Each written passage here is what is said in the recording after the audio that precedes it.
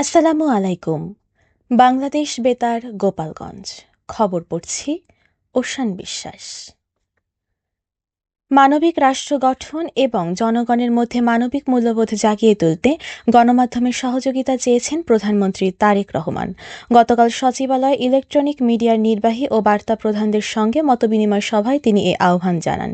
সভা শেষে প্রধানমন্ত্রীর প্রেস সচিব সালেহ শিবলি সাংবাদিকদের বলেন, প্রধানমন্ত্রী মনে করেন সমাজে মানবিকতা ও সামাজিক দায়বদ্ধতা বাড়াতে গণমাধ্যমকে আরও কার্যকর ভূমিকা রাখতে হবে।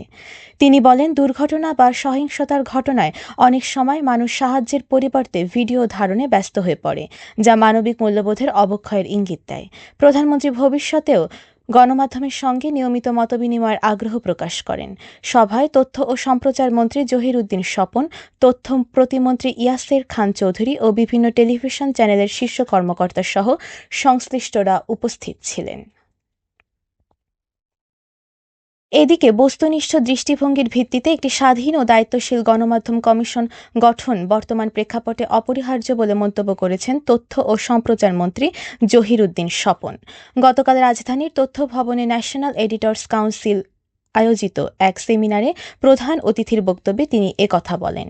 মন্ত্রী বলেন, গণমাধ্যমের স্বাধীনতার পাশাপাশি এর দায়িত্বশীলতা ও জবাবদিহিতাও নিশ্চিত করতে হবে। একটি শক্তিশালী গণমাধ্যম কমিশন মিডিয়া খাতের বিভিন্ন সমস্যা চিহ্নিত করে সমাধানের পথ দেখাবে এবং গণমাধ্যমের স্বাধীনতা ও দায়িত্বশীলতার সুষম কাঠামো নির্ধারণ করবে।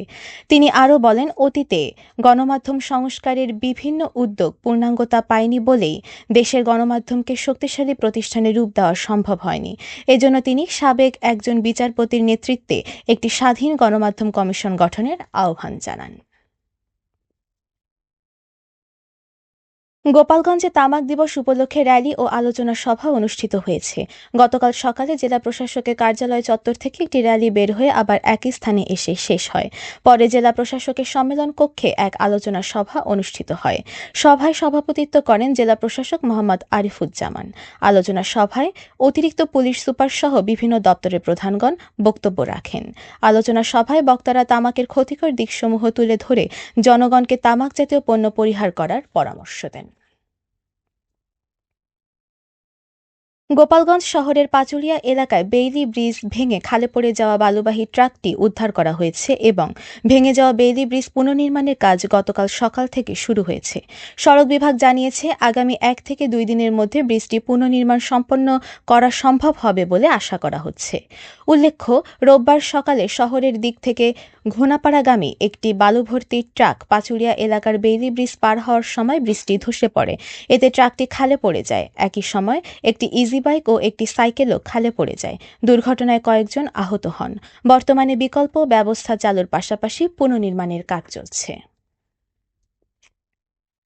মাদারীপুর সদর উপজেলার শ্রীনদী এলাকার মীরাকান্দি গ্রামে ডাকাতির প্রস্তুতিকালে 2 জনকে গ্রেফতার করেছে পুলিশ। এ সময় তাদের কাছ থেকে একটি পিকআপ, একটি চাইনিজ কুড়াল এবং একটি লোহার কাটার জব্দ করা হয়েছে। মাদারীপুর জেলা পুলিশ জানিয়েছে, গোপন সংবাদের ভিত্তিতে শ্রীনদী পুলিশ তদন্ত কেন্দ্রের একটি দল অভিযান চালিয়ে সংঘবদ্ধ ডাকাত দলের সদস্যদের আটক করে। পুলিশের উপস্থিতি টের পেয়ে পালানোর চেষ্টা করলে হাসিবুল হাসান ওরফে জসিম মোল্লা এবং মজনু শেখকে ঘটনাস্থল থেকে গ্রেফতার করা হয়। এ ঘটনায় মাদারীপুর সদর মডেল থানায় মামলা দায়ের করা হয়েছে। পুলিশ জানিয়েছে, ডাকাত দলের অন্য সদস্যদের গ্রেফতারের অভিযান অব্যাহত রয়েছে। মাদারীপুরের ডাসার উপজেলায় ঢাকা-বরিশাল মহাসড়কে 2টি ট্রাকের মুখোমুখি সংঘর্ষে 1 জন নিহত ও 4 জন আহত হয়েছেন। গতকাল সকালে কর্ণপাড়া এলাকায় এ দুর্ঘটনা ঘটে।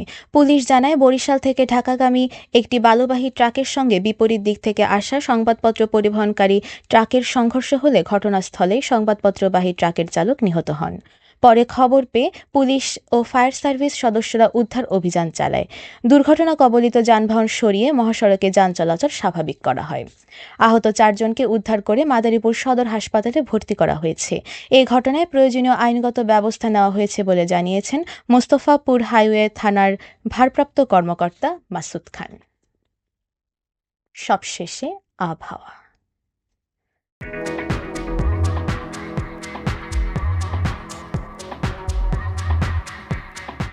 আজ বেলা ১টা পর্যন্ত দেশের অভ্যন্তরীণ নদীবন্দরসমূহের জন্য আবহাওয়ার পূর্বাভাসে বলা হয়েছে রংপুর, দিনাজপুর, রাজশাহী, বগুড়া, টাঙ্গাইল, ময়মনসিংহ, ঢাকা, খুলনা, বরিশাল, পটুয়াখালী, কুমিল্লা, নোয়াখালী, চট্টগ্রাম, কক্সবাজার এবং সিলেট অঞ্চলসমূহের উপর দিয়ে পূর্ব অথবা দক্ষিণ পূর্ব দিক থেকে ঘন্টায় ৪৫ থেকে ৬০ কিলোমিটার বেগে অস্থায়ীভাবে দমকা অথবা ঝোড়ো হাওয়া সহ বৃষ্টি অথবা বজ্রবৃষ্টি হতে পারে। এসব এলাকা নদীবন্দরসমূহকে ১ নম্বর সতর্ক সংকেত দেখাতে বলা হয়েছে। খবর শেষ হলো। আমাদের পরবর্তী খবর প্রচারিত হবে সকাল ১০টা বেজে ৩০ মিনিটে বাংলায়।